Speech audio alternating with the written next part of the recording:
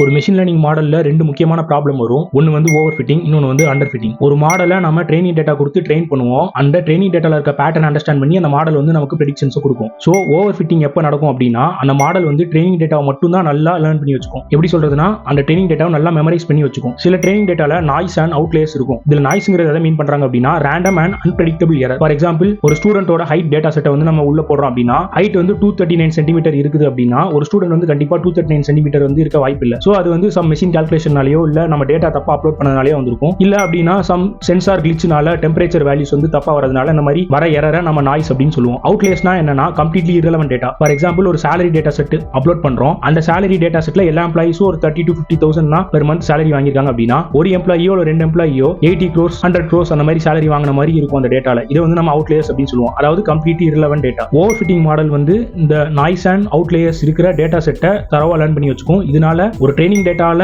அதனால நல்லா பெர்ஃபார்ம் பண்ண முடியும். ஒரு வேலிடேஷன் டேட்டா செட்ல அதனால ஒழுங்கா பெர்ஃபார்ம் பண்ண முடியாது. இதுக்கான ரீசன்ஸ் பாத்தீங்கன்னா, நாய்ஸ் அண்ட் அவுட்லேயர்ஸ் டேட்டா செட்ல இருக்கிறது, அப்படி இல்லனா மாடல் வந்து ரொம்ப காம்ப்ளெக்ஸா இருக்கிறது, அப்படி இல்லனா ட்ரைனிங் சாம்பிள்ஸ் வந்து நம்ம கம்மியா கொடுக்கிறது, இல்லனா ட்ரைனிங் டைம் வந்து ரொம்ப அதிகமா இருக்கிறதுனால ஓவர் ஃபிட்டிங் நடக்கிறதுக்கான வாய்ப்பு இருக்கு. இதுக்கான சொல்யூஷன்ஸ் பாத்துக்கிட்டீங்கன்னா, நம்ம டேட்டா செட் வந்து அதிகமா கொடுக்கணும். அப்படி இல்லனா L1 L2 ரெகுலரைசேஷன் நம்ம பண்ணணும். அப்படி இல்லனா நம்ம வந்து ட்ரைனிங்க ரொம்ப நேரம் நடக்க விடாம ஏர்லியராவே ஸ்டாப் பண்றதுனால நம்ம ஓவர் ஃபிட்டிங் வந்து அவாய்ட் பண்ணலாம். அண்டர் ஃபிட்டிங் வந்து ஓவர் ஃபிட்டிங்கோட கம்ப்ளீட் ஆப்போசிட். இது வந்து டேட்டா செட்ல இருக்க பேட்டர்ன் வந்து கம்ப்ளீட்டா லேர்ன் பண்ணியே வச்சிருக்காது. இது வந்து test and training data set ரெண்டுலயுமே போரா தான் பெர்ஃபார்ம் பண்ணும். இதுக்கான ரீசன்ஸ் என்ன அப்படின்னா, நம்ம வந்து காம்ப்ளெக்ஸ் டேட்டா செட்டுக்கு சிம்பிள் மாடல் கொடுக்கிறது. ஃபார் எக்ஸாம்பிள், நம்ம டேட்டா செட் வந்து ரொம்ப காம்ப்ளெக்ஸா இருக்கு, அதுக்கு வந்து சிம்பிள் மாடலான லீனியர் மாடலை கொடுத்தோம் அப்படின்னா அண்டர் ஃபிட் ஆகிறதுக்கான சான்சஸ் இருக்கு. இல்லனா நம்ம கொடுக்குற ட்ரைனிங் டைம் வந்து ரொம்ப கம்மியா இருந்தாலோ, இல்ல நம்ம கொடுக்குற ஃபீச்சர்ஸ் வந்து தப்பா இருந்தாலோ, இல்ல ரெகுலரைசேஷன் அதிகமா பண்ணியிருந்தாலோ அண்டர் ஃபிட் ஆகிறதுக்கான சான்சஸ் இருக்கு. இதுக்கான சொல்யூஷன் அப்படின்னு பாத்தீங்கன்னா, நம்ம வந்து ட்ரைனிங் டைம் வந்து இன்க்ரீஸ் பண்ணணும். அப்படி இல்லனா ப்ராப்பர் ரெலவென்ட் ஃபீச்சர்ஸ் வந்து கொடுக்கணும். அப்படி இல்லனா நம்ம பெட்டர் அல்காரிதம்ஸ் யூஸ் பண்ணோம்னா அண்டர் ஃபிட்டிங் வந்து அவாய்ட் பண்ணிடலாம்.